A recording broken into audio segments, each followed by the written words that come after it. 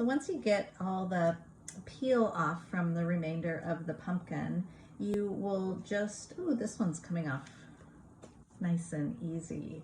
Love that.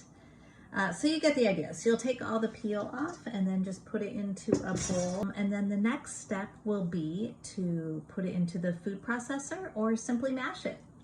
To puree the pumpkin, there are a couple of different ways that I like to do it.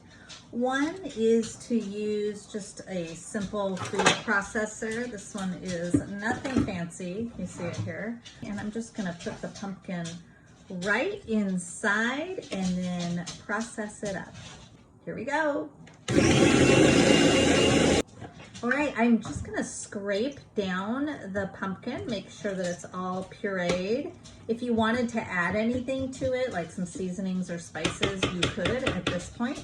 I'm using one of my favorite Pampered Chef rubber scrapers. I will put a link to those in the video description or the comments. All right, I'm just gonna pulse it a little bit more. That'll do it. Another way to mash up your pumpkin by hand is to use the Pampered Chef Mix and Chop.